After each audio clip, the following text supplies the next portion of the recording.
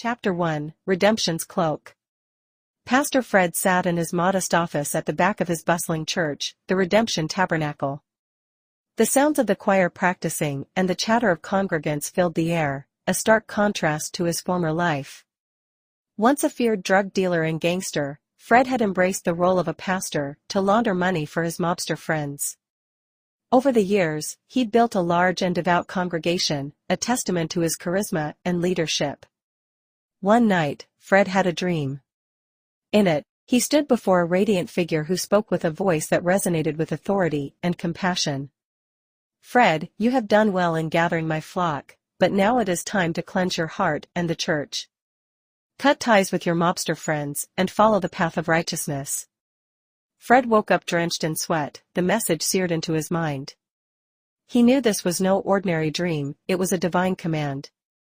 He knelt by his bed, praying for guidance and strength to carry out this daunting task. The next morning, with resolve in his heart, he called a meeting with his closest confidants in the church. "We're going legitimate," he announced. "No more money laundering. We will run this church as it was meant to be run, with honesty and integrity." The room fell silent. His deacons exchanged uneasy glances, knowing the implications of such a decision. Fred's closest advisor, Mark, voiced what everyone was thinking. "Pastor, the mob won't let us go that easily. They'll come after you, and maybe even your family." Fred nodded, the weight of the decision pressing down on him. "I know, but this is something I have to do. We have to trust in God's protection and guidance."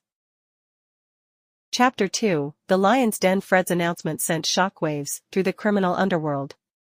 Within days, he received a visit from Tony the Shark Marino, a ruthless mobster who had once been Fred's partner in crime. They met in Fred's office, the tension palpable. "Fred, what's this I hear about you cutting ties?" Tony's voice was low, dangerous. "You think you can just walk away?" Fred met Tony's gaze steadily. "Tony, I've had a change of heart. I'm out. The church is going legitimate." Tony leaned forward, his expression menacing. "You owe us, Fred. You think the money we funneled through here just disappears? You're in deep, and you know what happens when people try to cross us." Fred's heart pounded, but he refused to back down. "I've made my decision, Tony. I'm not afraid. Do what you have to do, but I won't continue this life of deceit." Tony's eyes narrowed. "You'll regret this, Fred. Mark my words." Chapter 3, Fire and Faith. Fred's defiance did not go unanswered. The next week, his house was vandalized, and threats were left scrawled in red paint on his front door. His wife, Maria, and their 2 children were terrified. Fred gathered them and prayed, asking for strength and protection. At the church, Fred addressed his congregation. "My friends, our church is under attack. But we must remain strong. Our faith will see us through these trials. God is with us." The community rallied around Fred, offering support and protection. They organized night watches around his house and the church, their unity a testament to Fred's impact on their lives. However, the threats escalated. One evening, as Fred returned home from a late service, he found his house on fire. His family stood outside, unharmed but shaken. "We're not safe here," Maria said, tears in her eyes. "We need to leave." Fred held her close, his mind racing. "We can't run, Maria. This is our home. We'll stay, and we'll fight, but we'll do it the right way." 4. Allies in the shadows. Fred knew he needed help beyond his congregation. He reached out to an old friend, Detective Blaze, who had once tried to arrest him but had later seen his transformation. Blaze agreed to meet him at a secluded diner. "Fred, you're in over your head," Blaze said bluntly. "These people won't stop until they get what they want." "I know," Fred replied. "But I can't go back to that life. I need to protect my family and my church.